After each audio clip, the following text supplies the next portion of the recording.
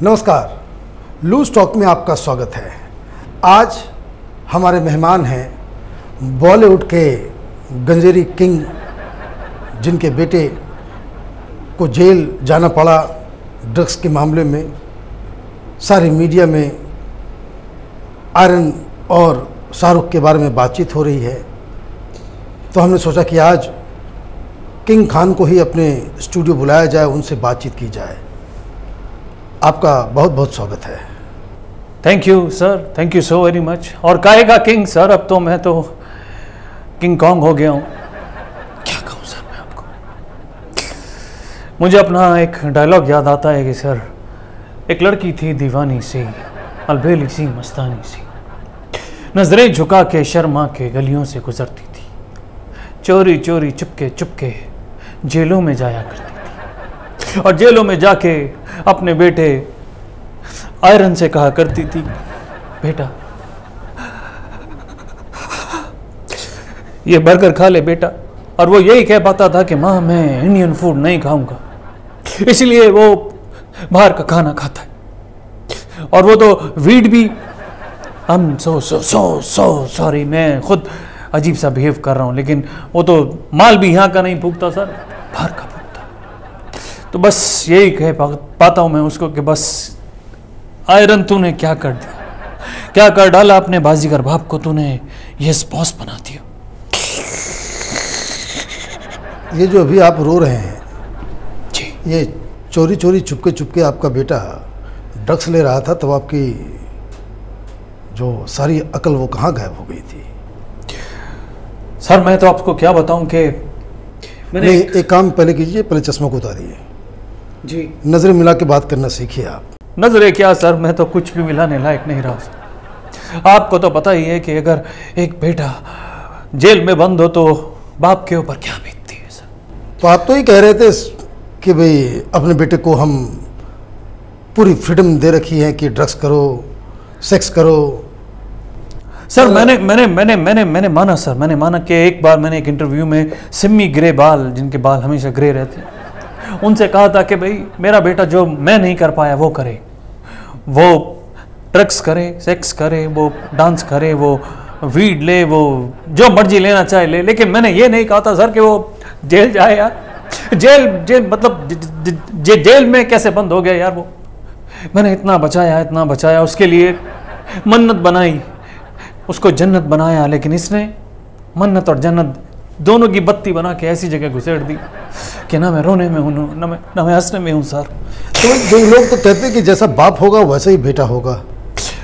मैं मानता हूँ सर कि मैं थोड़ा सा ऐसा हूँ, थोड़ा सा वैसा हूँ, क्योंकि अम्मी जान कहा करती थी कि जब तक है जान तब तक है टांग, और मेरी टांगें हमेशा ये कहती थी कि जो भी करो अच्छे से करो।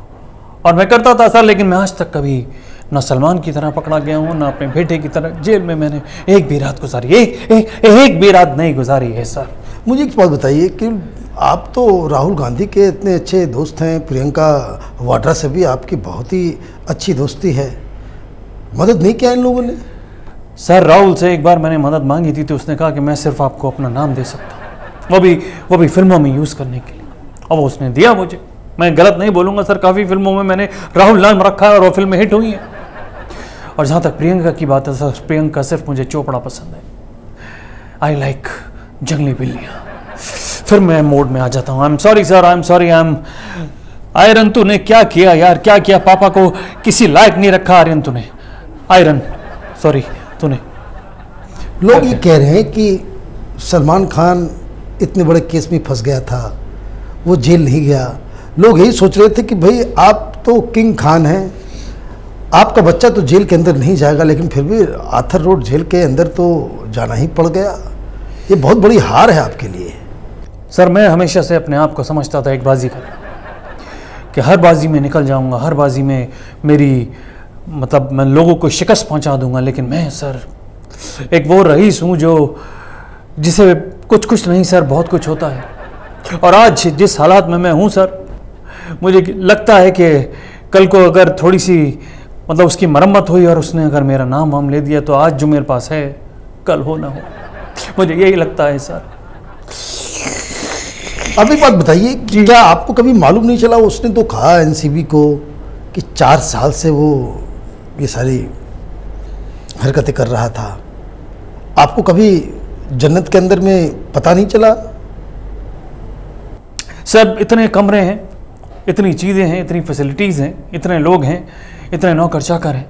आप उसका कोई भी फ़ोटो देख लीजिए, कोई भी मेरे बेटे का आयरन का कोई भी फ़ोटो देख लीजिए, सब में एक अलग सा एटीट्यूड होता है उसका, मतलब यूँ देख रहा होता है। मैंने कहा भाई आयरन ये क्या है? मैंने अब ध्यान दिया सर आपके कहने पर, जैसे आपने बोला मैं रिकॉल कर पा रहा हूँ कि मैंने जितनी भी उसकी फ़ोटोग्राफ्स देखी सब में कुछ ना कुछ फूंक करके बैठा है वो। और मैं अपनी बीवी जिसको जब लाया था तो गोरी चिट्टी थी, और अब देखिए मन की काली है वो। उसने अपने बच्चों पे ध्यान नहीं दिया, मेरे बच्चों पे ध्यान नहीं दिया, और वो ऐसे निकल रहे हैं सर। अब किसी को जन्नत दे दी सर, मतलब मन्नत दे दी, उसको जन्नत बनाना एक औरत का काम होता है सर, लेकिन इसने तो दोनों माँ बेटों ने मिल करके मेरा I hate girls sir, I hate girls sir. लेकिन ये तो पुलिस इन्वेस्टिगेशन में एनसीबी के सामने इन्होंने कहा कि मेरे पापा के पास तो टाइम ही नहीं है, हमें अपने फादर से मिलने के लिए अपॉइंटमेंट लेना पड़ता है। ये कैसा परिवार चला रहे हैं आप?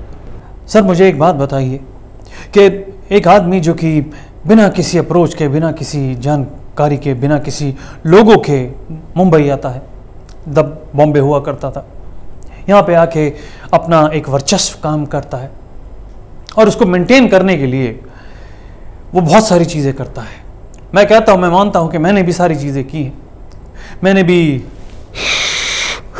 आपको क्या लगता है कि मैं पहली फिल्म के अंदर हर डायलॉग किरण बोलता था? नहीं सर, नहीं, वो मैंने गलत ले लिया था माल। तो फिर जब ऐसा हुआ तो यश साहब ने कहा कि नहीं, चलने दो इसे, ये एक स्टाइल बन जाएगा तुम्हारा। वो पहचानते थे, लेकिन मैं कौन से स्टाइल में अपने बेटे को देखना चाहता हूँ वो आज तक कभी पहचान ही नहीं पाया। जब मैं तुम्हें सारी सहूलियतें दे रहा हूँ, तुम बोलते हो कि पापा मुझे नशा करना है, घर में बेस्ट से बेस्ट क्वालिटी का नशा लाता हूँ सर मैं, चाहे वो दारू हो, विस्की हो, फलाना हो, ढिमाका हो, वीड हो, जो भी हो। मैंने कहा जो लेना है घर में लो, सबको बुला लो, और उसके बाद वो इस तरीके का काम करता है। तो आप बताइए मैं क्या करूं? मेरे पास टाइम वाकई में नहीं है उसको देने के लिए, लेकिन मेरे पास जो चीज़ें हैं वो आजकल के बाप अपने बच्चों को मुहैया नहीं करा पाते। और मुझे क्या क्या सुनने को मिलता है सर आजकल। मेरे पास एक मैसेज आया, उसमें लिखा हुआ था कि बाप गुटखा बेच रहा है और बेटा वीट बेच रहा है, मतलब खा रहा है। और मैंने उनको, और एक और मैसेज आया सर मेरे पास, तौबा तौबा, अल्लाह माफ़ करे मुझे। उसमें लिखा हुआ था कि अरे वो तो पान गुटखा चबाने गया था, और वो तो वहाँ पे नमाज पढ़ने गया था क्रूज पे, उसको खामखा पकड़ लिया। तब एक बाप के दिल पे कितनी चोट लगती है सर, आप देखिए। लेकिन आप जो दलीलें दे रही हैं, काम आप उल्टा कर रहे थे। ये नवाब मलिक को क्यों डिफेंस करने के लिए भेज दिया? नवाब मलिक आपके फेवर में प्रेस कॉन्फ्रेंस कर रहे हैं, इससे तो और मामला खराब हो गया। सर देखिए, मरता क्या ना करता, मेरे पास कोई ऑप्शन ही नहीं था सर। क्योंकि आप देखिए, वो तो भला हो उस वक्त का जब किसी ने मेरा हाथ जो है सलमान के हाथ में दे दिया। क्योंकि कोई कुछ भी कह ले सर, कुछ भी बात हो जाए, लेकिन भाई भाई रहता है सर। उस बंदे ने मेरे कंधे से कंधा मिला के बोला कि शाहरुख, ये तुम्हारा नहीं मेरी कौम का सवाल है। मैंने कहा मेरी कौम? मैंने कहा वो बॉक्सर? कहता हाँ, जैसे वो लड़ती है वैसे हम भी लड़ेंगे, मेरी कौम। आप समझ रहे मैं कहाँ कहना चाह रहा हूँ? आप बहुत बड़े खिलाड़ी हैं। बस वही है सर। अब एक बात बताइए कि जैसे ये पॉलिटिक्स आ गया, आपको मालूम है दिल्ली में प्लानिंग हो रहा है अब आपके बेटे को छोड़ के आपको पकड़ने की। ये जो आपके जो लिंक दाऊद इब्राहिम और बड़े बड़े लोगों से है, ये सारे पाकिस्तानियों के साथ मिलकर आप जो बिजनेस डीलिंग करते हैं, अब वो कच्चा चिट्ठा सामने आएगा तो फिर आप क्या कीजिएगा? सर देखिए, मैं ये तो मानता हूँ कि बहुत से ऐसे काम हैं जो जिन्हें लीगल नहीं कहा जाता, और मैं मानता हूँ कि मैंने वो किए भी हैं अपनी ज़िंदगी में, लेकिन कई बारी इस तरीके से किए हैं कि जो मुझे नहीं करने पड़ते, मतलब मैं नहीं करना चाहता था। अब आप देखिए कि या तो गोली खाओ या काम करो, पर जिसे काम करना है सर वो कुछ ना कुछ खा करके कुछ ना कुछ तो काम करेगा। पहले ये होता था कि आटे में क्या बोलते हैं, नमक की तरह काम होता था, अब पूरा का पूरा नमक ही थोड़ा सा आटा मिलाना पड़ रहा है। अब क्या करूं सर, मैं करना तो पड़ता ही है सर। और मुझे कहीं ना कहीं ऐसा लगता है कि किसी की बद्दुआ ऐसी लगी है कि जो मेरा बेटा भी पकड़ा गया है और निकलने का नाम ही नहीं ले रहा। ये आपको क्या लग रहा है कि मोदी सरकार आपके पीछे पड़ जाएगी? डर नहीं लग रहा है मोदी सरकार से और अमित शाह से खास करके? मैं आपको क्या बताऊं सर, अब जब दूसरे खान सलमान की मैंने बात कर दी तो तीसरे खान को लाना भी अनिवार्य है, ज़रूरी है। और एक मेरा जिम्मेदारी भी है कि मुझे आज पता लग रहा है कि जब आमिर की बीवी को क्यों डर लगता था। मुझे आज पता लग रहा है कि नसीर साहब यहाँ पे क्यों डरते हैं। मुझे आज पता लगा कि ये जो हमारे जावेद साहब हैं, इनको क्यों यहाँ पर प्रॉब्लम होती है। मतलब आप भी मुस्लिम कार्ड खेलना चालू कर दिए? सर देखिए, हमारे पास तो एक ही कार्ड रहता है लास्ट में दिखाने को, और अगर वो ना दिखाएं तो फिर वैसे मरते हैं। और आपको तो पता ही है कि मरता क्या ना करता सर। अब एक बात सच बताइए, कुछ लोग ये कह रहे हैं कि भाई इतना सारा कुछ हो गया, बेटा जेल चला गया, इतने सारे कंट्रोवर्सीज आ गए, ड्रग्स का आ गया। कुछ लोग ये कह रहे हैं कि ये सब पीआर एक्सरसाइज है, अपने बेटे को लॉन्च करने के लिए, हीरो बनाने के लिए ये इस तरह का ड्रामा शाहरुख खान कर रहा है। क्या ये इसमें सच्चाई है? सर मैं आपको सच बात बताऊं तो मेरे बेटे की माँ का प्लान था ये, मैं आपको बताऊं। तो ये लॉन्च तो फिल्मों में होगा, आपने क्यों उसे क्रूज के ऊपर भेज दिया? सर ये इसकी माँ का मतलब, सॉरी बेटा भाई, ये इसकी माँ का ही प्रोग्राम था, ये प्लान था ये। आप मुझे बताइए कि मैंने कहा कि यार नॉर्मली हम कोई फिल्म करते हैं और उसको लॉन्च करते हैं। कहती नहीं नहीं नहीं, कुछ ऐसा होना चाहिए, कुछ वैसा होना चाहिए कि आपका ये जो स्टाइल हिट है उसका भी कुछ ऐसा स्टाइल हिट हो। मैंने कहा ठीक है। मैंने कहा फिर एक काम करते हैं कि इसको क्रूज़ पे भेज देते हैं, वहाँ पे कुछ फ़ोटोशूट हो जाएंगे, कुछ चीज़ें हो जाएंगी और थोड़ा स्कैंडल हो जाएगा, लोग इसकी तरफ भागेंगे, पुलिस वाले भागेंगे और उसके बाद फिर हम इसकी फ़िल्म लॉन्च कर देंगे। अब हम इसको ऐसे लॉन्च करना चाह रहे थे, लेकिन एक चीज़ जो थी, क्रूज़ के उधर वहाँ पे नेटवर्क का दिक्कत था। और इसकी जो माँ है उसने ये प्रॉब्लम कर दी कि उसने इसको ये नहीं बताया कि वहाँ पे माल नहीं लेकर के जाना है। वो लड़कियों वाला माल तो ले ही गया, उसके साथ में वो ऐसी ऐसी जगह पे छुपा करके लेके गया कि मैं आपको बता भी नहीं सकता हूँ सर। वहाँ पे खुल गए राज और उसको पता नहीं था कि ये एनसीपी वाले पीछे पड़ेंगे, और सारे के सारे उन्होंने धावा बोल दिया। सारा क्रूज बत्ती बना के उसकी, मतलब अब मैं क्या बता सकता हूँ। अब सुनने में आ रहा है कि वो जब पूछताछ होता है तो बहुत रोता है वो। सर एक्टर की औलाद है, कुछ तो ऐसी एक्टिंग करेगा कि जिससे पता लगे कि पिटाई कम हो। मैं खूब पिटा हूँ सर, दिल्ली में बहुत जगह पुलिस वालों ने रोक लिया कि बैरिकेड्स लांग करके आ गया, ये हो गया वो हो गया। मैं भी 2-3 बार ही रोया सर और मैं बच गया। तो मैंने उसको थोड़े से टिप्स दे रखे हैं कि अगर कहीं पिटने की बात हो, कहीं तुम्हारी दोनों खांस हो जाने की बात हो, तो तुम ये एक्टिंग कर देना। तो बस वही कर रहा है सर वो। अब ये बताइए कि आपको कैसा लग रहा है कि बहुत सारे लोग, सुनील शेट्टी हो, रवीना टंडन हो, तमाम सलमान खान हो, ये सारे लोग आपके साथ सिंपथाइज कर रहे हैं, आपके सपोर्ट में आ गए हैं। क्या ये सपोर्ट का कोई मायने मतलब है? बेटा तो फिर भी जेल चला गया।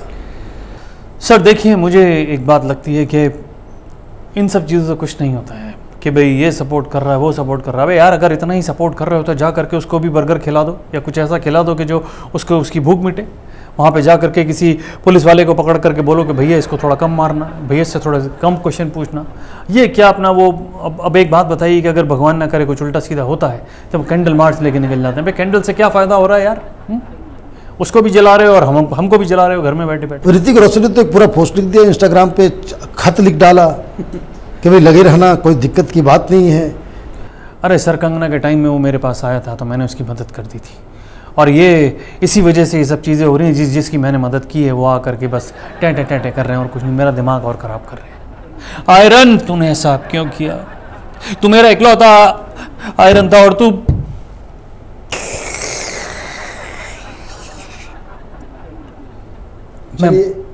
आपके ऊपर बहुत सारी विपत्ति आ गई है, बेटा आपका फंस गया है, बदनाम हो गया है, और बेटे के साथ साथ लोग तो ये कह रहे हैं कि अब बाप की बारी है, तो आपको कुछ संतावना की ज़रूरत है और लोगों से दुआओं की उम्मीद, ताकि आप सरकारी एजेंसियों के लपेटे में ना आए इसी के साथ ही आपको मैं धन्यवाद करता हूँ, आप हमारे यहाँ आए और हमसे बातचीत की।